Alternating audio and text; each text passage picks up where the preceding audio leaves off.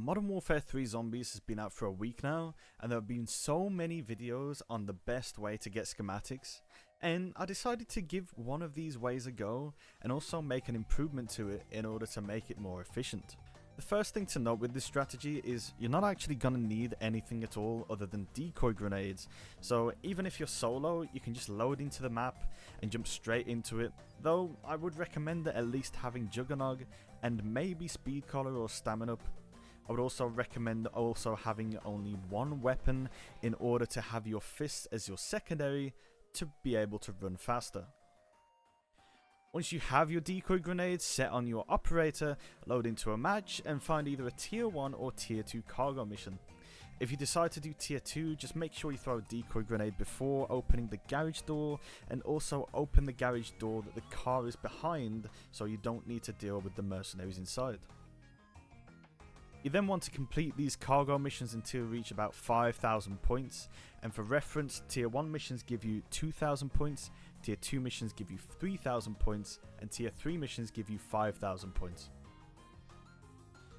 Once you finally have 5,000 points, you want to look to your map to the tier 3 zone and look towards about the top left of the tier 3 zone for an escort mission. But if the escort mission isn't there, just further to the right there should be a cargo mission, and if that also isn't there, someone may have taken it already and you're going to have to wait for the contract to spawn back in again, which takes about 5 minutes. Oh, somebody's doing it. No way, man. Somebody's actually doing this shit, dude. After you finally made your way to the escort contract though, you want to pick the contract up and then immediately cancel the escort contract. This will then allow the cargo contract to spawn in very shortly after. And a huge shout out to Philly Z for finding this out. You can find a link to his video in the description below. Once you've cancelled the escort contract, you can then make your way to the cargo contract. And I'd recommend going up to the ladder and flying down, but I sometimes just run straight towards it as it will always spawn in the same place every time. However, if your cargo contract takes a while to spawn in on the map, something I noticed you can do is zipline from the building with the ladder to just on top of the building where the cargo contract will be, and just sit there until the contract is back. When I did this, I didn't have a single zombie attack me, so hopefully that's the case. Onto the cargo mission now, and once you accept the mission, you want to take the route I'm doing in order to fly down to the LTV.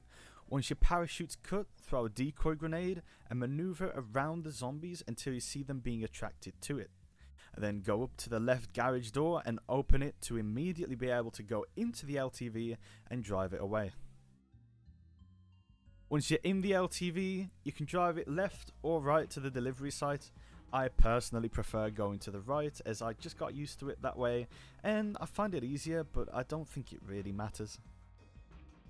After you complete the cargo contract, go over and check your rewards quickly, see if you got anything good, and then head back into the LTV and make your way over to a tier 3 buy station or an ammo station if you're out or low on decoy grenades.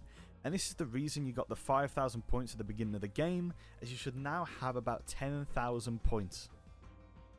Some buy stations are surrounded by zombies and others aren't. If it is surrounded, be sure to throw a decoy grenade for safety.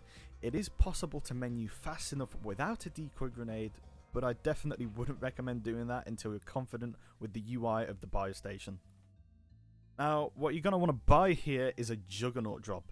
This is because we're going to be doing an eliminate contract after it, and you can find the juggernog drop at the second one across on the bottom row of the buy station. Once you've purchased it, make your way over to the closest eliminate contract, be sure to run with your fists out and then go to wherever your bounty is. When you're within about 70 meters of your bounty, drop the juggernaut and run around any zombies that are around you until your juggernaut has fully dropped. Now, the juggernaut is insanely overpowered as it gives you 3,000 health while inside it and deals insane damage to bounties. With this, you're able to kill a mega abomination with relative ease, as well as killing the bounty. I'd say kill a few zombies as well in order to get some armor plates back, as that's probably the first thing you're going to want to do after killing your bounty.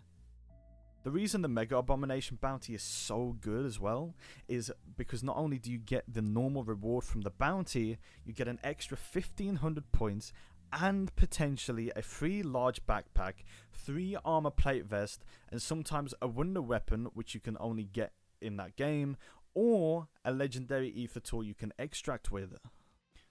Anyway, once you've checked your loot, which can range from a singular cryofreeze ammo mod to a raygun schematic, the escort mission should have respawned and you can repeat the whole process. I'd say doing this, you can do 2 tier 3 missions every 5 minutes, so you can probably do about 15 tier 3 contracts per game if you really wanted to. But that's the end of this video. If you enjoyed, be sure to like and subscribe. If you have any ideas for future videos or things you'd want to see, let me know in the comments below, and I hope you all have a great day.